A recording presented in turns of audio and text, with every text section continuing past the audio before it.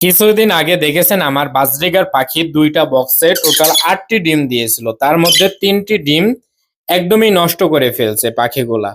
তো কেন নষ্ট করছে এটা আমি বুঝতেছি না। বক্স থেকে পাখির ডিমগুলা বাহিরে ফেলে দিছে এবং ছিদ্র করে ফেলছে। আমি আপনাদেরকে হাতে নিয়ে দেখাচ্ছি। এই যে দেখতেছেন আমার একটি ডিম একদমই খারাপ করে ফেলছে, আরো বাকি দুইটা ডিম আছে। এই যে ছিদ্র করছে এটা, এইটাও ছিদ্র করে ফেলছে, এই যে দেখেন।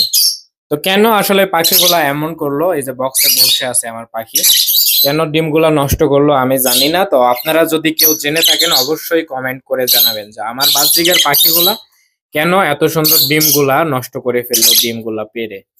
আমি এটা নিয়ে খুবই চিন্তিত আছি। তো আপনারা সবাই আমাকে কমেন্ট করে জানাবেন।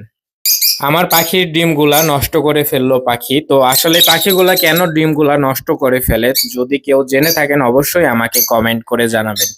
তা আমি খুবই কষ্ট পেয়েছি, প্রথমবারের মতো পাখি আমার বাসাতে ডিম দিল বাট ডিমগুলা নষ্ট করে ফেললো।